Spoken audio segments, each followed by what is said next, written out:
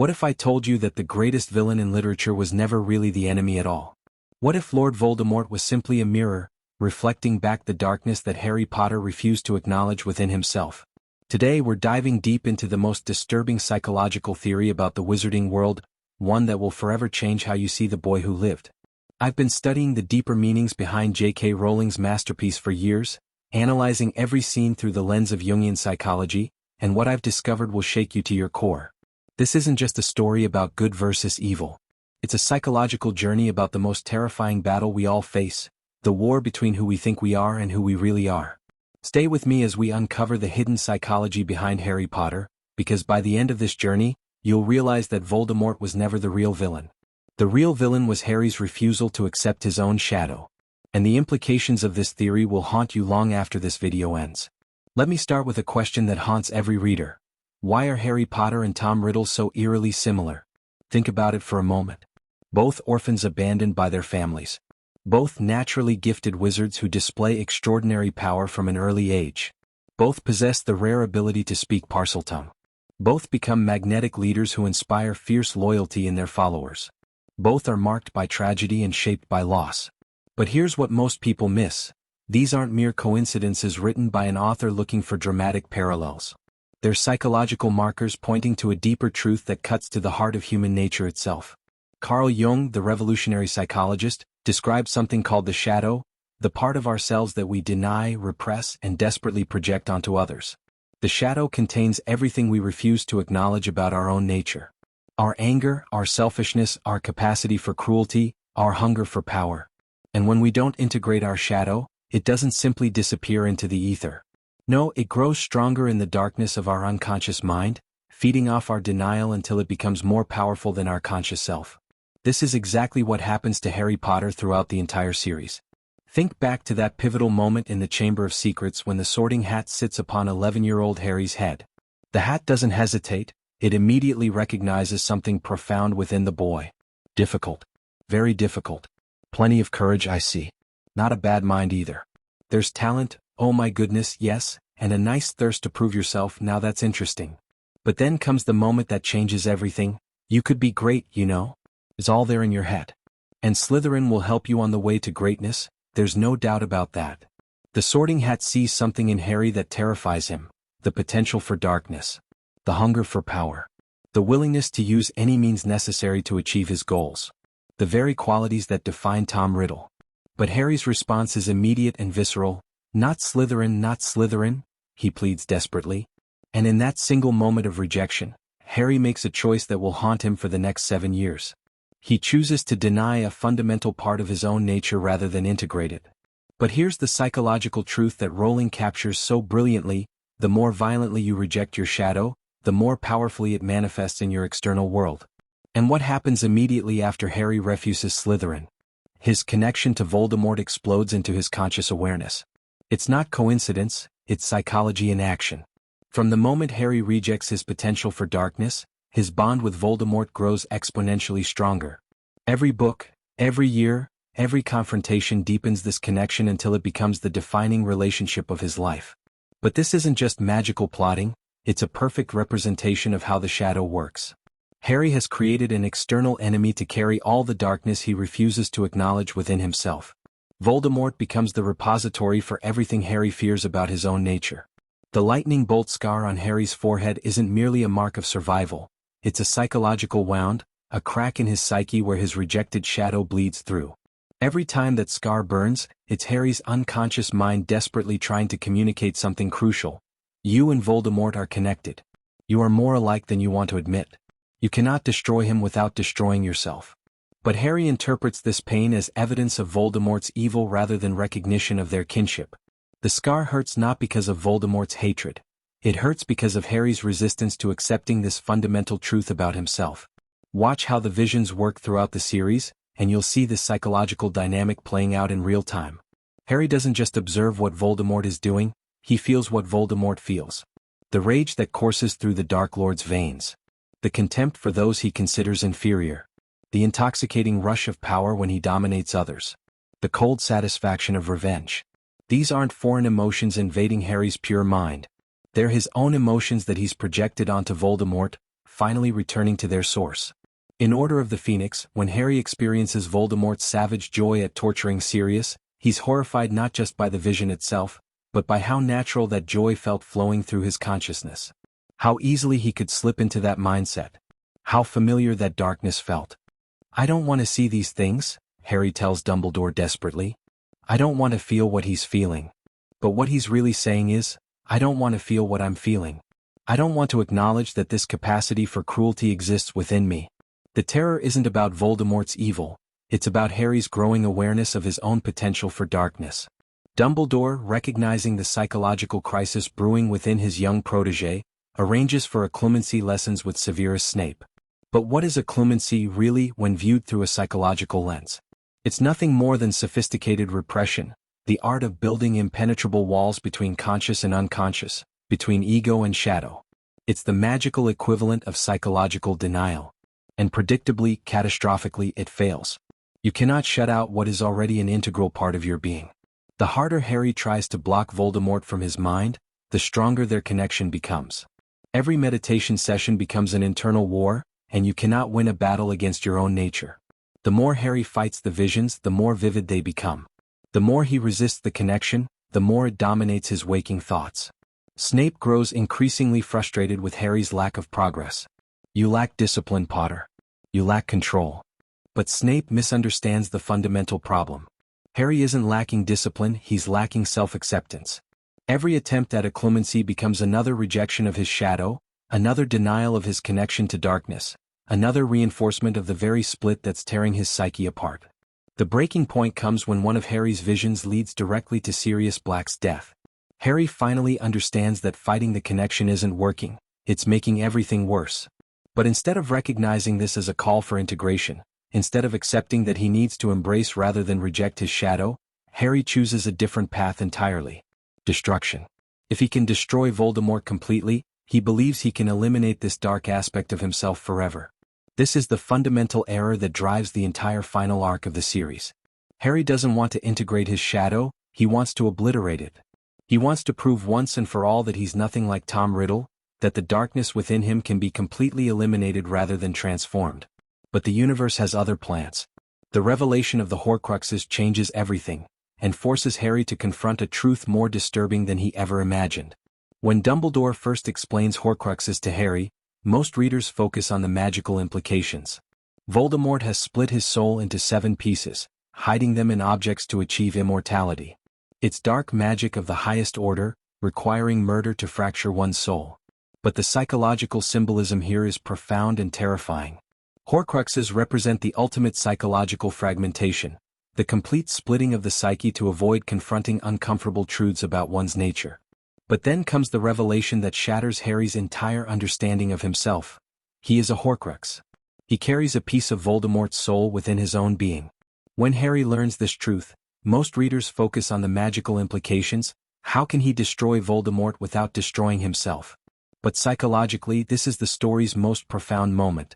Harry literally contains his shadow. The very thing he's been trying to destroy lives within his own consciousness.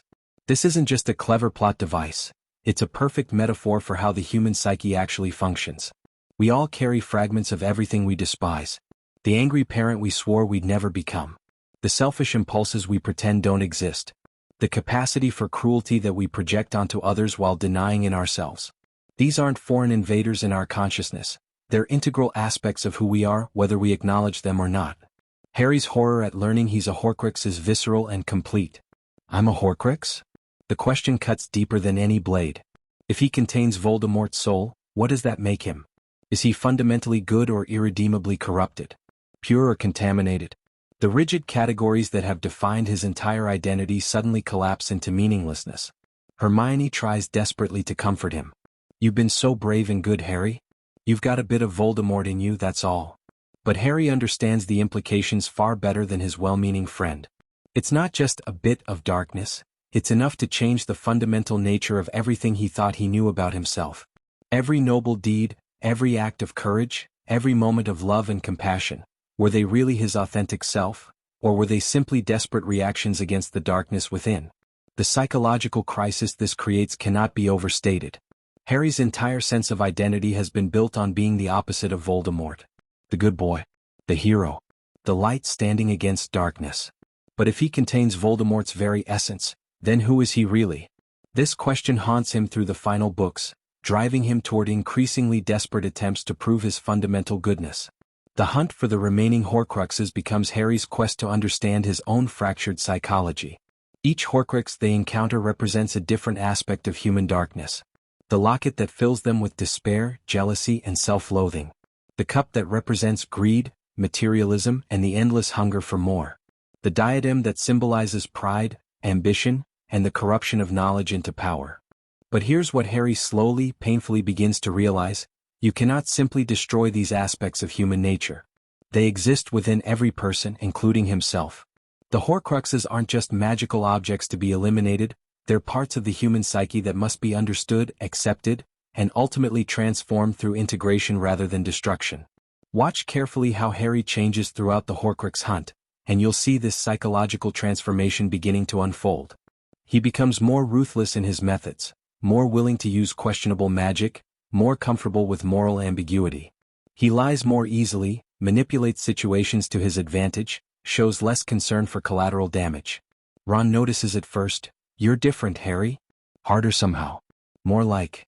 He can't bring himself to finish the sentence, but they all know what he means. More like Voldemort. But this isn't moral corruption, it's psychological integration. Harry is finally allowing his shadow to emerge from the unconscious realm where he's kept it imprisoned. The darkness isn't contaminating his goodness, it's completing his humanity. He's becoming a whole person rather than a fragmented saint. The most telling moment comes when Harry uses the Cruciatus Curse on Amicus Carrow for spitting on Professor McGonagall. For 6 books, the unforgivable curses have represented ultimate evil. They're called unforgivable for a reason. Their use marks one as irredeemably dark. Yet Harry casts one without hesitation and, more importantly, without remorse. It felt right, he admits to himself. The boy who once couldn't summon the will to harm even Bellatrix Lestrange after she murdered Sirius now embraces the very magic he once condemned. This is psychological growth, not moral decay. Harry is learning that good and evil aren't opposite forces locked in eternal combat. They're complementary aspects of complete human nature. You cannot be authentically good until you acknowledge your capacity for evil. You cannot truly love until you accept your ability to hate. You cannot save others until you've integrated the darkness within yourself that you've been trying to save them from. This integration accelerates as Harry's understanding deepens. He begins to see Voldemort not as a foreign evil but as a twisted reflection of his own potential. Every conversation with the Dark Lord becomes a dialogue with his own shadow. When Voldemort speaks of the weakness of love, Harry hears his own fear of vulnerability. When Voldemort dismisses the value of human life, Harry confronts his own capacity for callousness. When Voldemort revels in power over others, Harry recognizes his own hunger for control. But the final test of this integration comes with an impossible choice. Harry must die to defeat Voldemort. On the surface, this seems like the ultimate heroic sacrifice. But psychologically, it represents something even more profound: the death of the ego that has been at war with his own shadow for 7 years. The ego is the story we tell ourselves about who we are. Our identity, our values, our place in the world. For Harry, his ego has been constructed entirely in opposition to Voldemort. I am everything he is not. I represent light while he embodies darkness. I choose love while he chooses hatred. But this oppositional identity is a prison, because it requires the constant rejection and projection of his own shadow. When Harry walks into the Forbidden Forest to face his death, he's not just confronting physical mortality, he's facing ego death. The complete dissolution of the false self that's been desperately maintaining the illusion of separation from Voldemort. As he moves deeper into the forest, surrounded by the spirits of his loved ones, Harry experiences a psychological journey that mirrors the classic shamanic initiation, death and rebirth leading to integration and wholeness. I am about to die, Harry thinks as he approaches Voldemort's camp. But what's really dying is his illusion of moral purity, his desperate need to be completely good, his terror of acknowledging the darkness within himself. The Harry Potter who enters that forest is fragmenting. The one who will emerge will be integrated. The actual moment of death and resurrection is the most psychologically profound sequence in all of literature. Harry finds himself in what appears to be King's Cross Station, a liminal space between destinations, a perfect symbol for psychological transition. There he encounters Dumbledore and a pitiful, wounded creature that represents Voldemort's soul fragment. But look more carefully at this scene. The wounded creature isn't just Voldemort's Horcrux, it's Harry's rejected shadow, finally separated from his psyche but not yet integrated. Dumbledore offers Harry a choice: move on to death or return to life. But this isn't really about physical existence. It's about psychological integration. Will Harry continue to reject his shadow, allowing both himself and this aspect of his psyche to remain fractured forever? Or will he return to complete the integration process? Harry chooses integration. He returns to life not as the same fragmented boy who entered the forest, but as a psychologically complete individual who has finally accepted his shadow. The Harry who opens his eyes in Hagrid's arms has integrated the very darkness he spent 7 years rejecting. Notice how fundamentally different Harry is in the final confrontation with Voldemort. Gone is the angry teenager screaming, he was their friend. Gone is the boy who duels with pure hatred and righteous indignation. Instead, Harry speaks to Voldemort with something that would have been impossible before his integration: genuine compassion for his enemy. "I've seen what you'll be otherwise," Harry tells Voldemort quietly. "Be a man, try for some remorse." This isn't the naive optimism of youth. This is the wisdom of someone who has stared into his own capacity for evil and chosen differently. Harry can offer Voldemort redemption because he has redeemed his own darkness through acceptance rather than denial. Voldemort's response reveals the vast psychological gulf between them. "You think your little game will help you, Potter?" The Dark Lord cannot comprehend what he's witnessing. For his entire existence, he has fed off others' rejection of their own darkness, their projection of evil onto him, their desperate need to maintain their illusion of moral purity. But Harry is no longer playing that game. He has stopped rejecting his shadow and started embracing it, and this completely destabilizes Voldemort's psychological foundation. The final exchange of spells represents this psychological shift perfectly. Voldemort casts Avada Kedavra, the ultimate expression of hatred, the desire to completely eliminate that which threatens one's ego.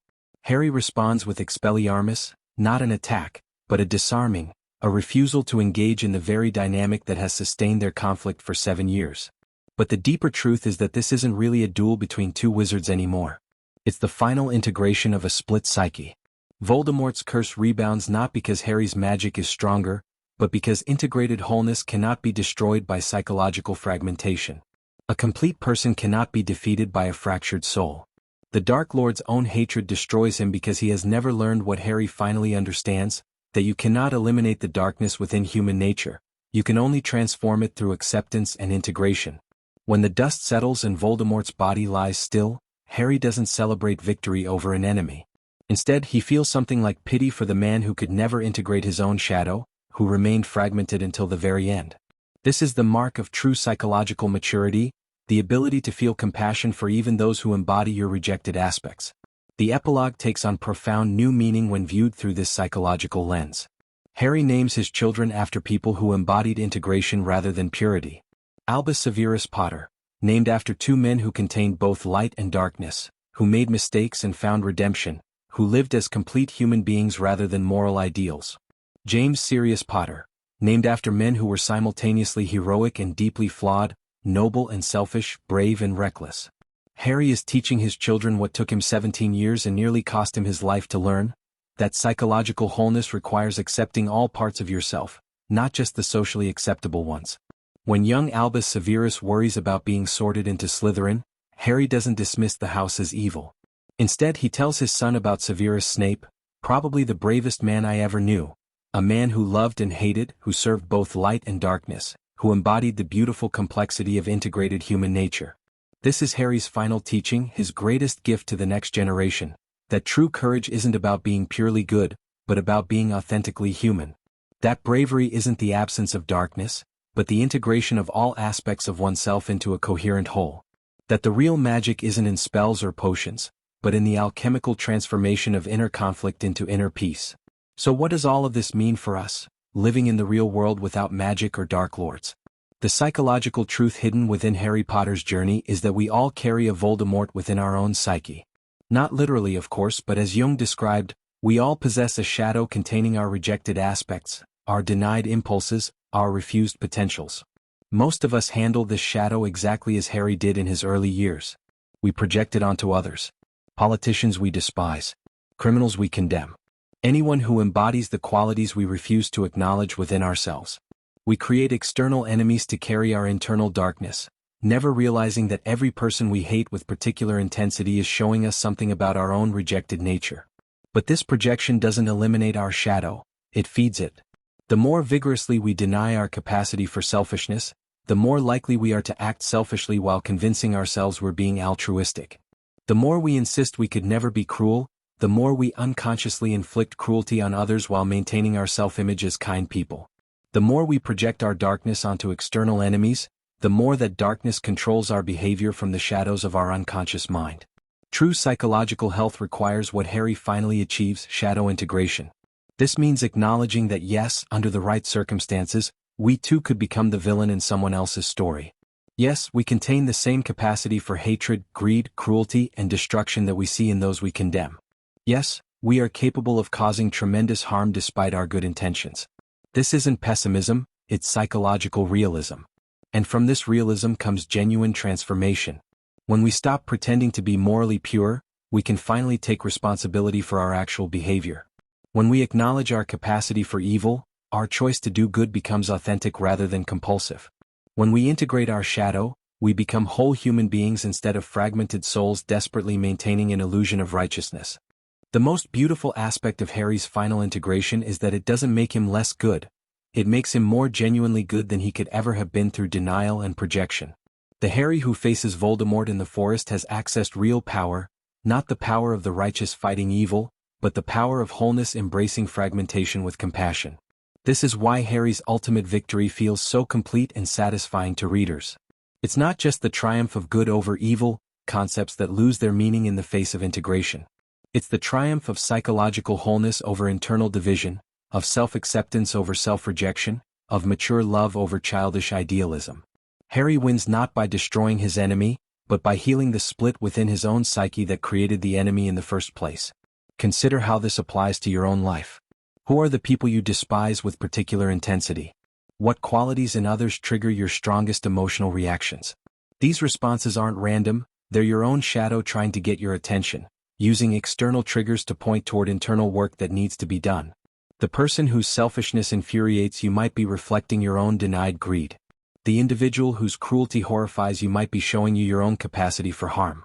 The politician whose dishonesty enrages you might be mirroring your own relationship with truth. Your shadow uses these triggers to communicate what aspects of yourself you've rejected and projected onto others. This doesn't mean these people aren't responsible for their actions, or that you should excuse harmful behavior in yourself or others. It means that your intense emotional reactions indicate something important about your own psychological landscape that deserves exploration. Your shadow is trying to guide you toward integration, using your projections as a map of your own rejected terrain. The beauty of Harry's final transformation is that his integration of darkness doesn't eliminate his goodness. It makes it authentic and sustainable. When you accept your capacity for evil, your choice to do good becomes genuine rather than desperate. You're not being virtuous because you're terrified of being bad, you're choosing virtue because you've integrated all aspects of yourself and consciously decided how you want to express your completeness. This is why Harry's victory resonates so deeply with readers across all cultures and backgrounds. It represents the psychological journey we all must undertake if we want to become truly whole human beings. The journey from fragmentation to integration, from projection to self-acceptance, from psychological warfare to psychological peace. Your own shadow contains tremendous gifts waiting to be integrated. The anger you've rejected might contain the passion needed to fight injustice. The selfishness you've denied might hold the self-care necessary for genuine service to others. The pride you've projected might conceal the healthy self-respect required for authentic relationships. The darkness you fear most might be the very source of power you need to become who you're meant to be. Harry Potter's deepest teaching, hidden beneath layers of magical adventure and coming-of-age drama, is that we are all simultaneously hero and villain, light and shadow, Harry and Voldemort. Our psychological task isn't to choose sides in this internal war, but to end the war itself through the radical act of complete self-acceptance. The boy who lived became the man who integrated. In doing so, he showed us all the path from psychological fragmentation to wholeness, from unconscious projection to conscious integration, from internal warfare to internal peace. This is the real magic we can all learn to perform, not with wands and spells, but with courage, compassion, and the willingness to embrace every aspect of our complex, contradictory, beautifully human nature. The shadow that once threatened to destroy Harry became the source of his greatest wisdom and power. Your shadow, too, contains gifts that can only be accessed through integration rather than denial. The question isn't whether you have darkness within you, you do, we all do. The question is whether you'll have the courage to face it, accept it, and transform it through the alchemy of psychological integration. This is Harry Potter's ultimate gift to us, not escape from reality, but a roadmap for navigating the most challenging aspects of human psychology with wisdom, courage, and compassion. The magic we need most isn't supernatural, it's psychological. And it's available to anyone brave enough to undertake the hero's journey from fragmentation to wholeness, from rejection to integration, from fear to love.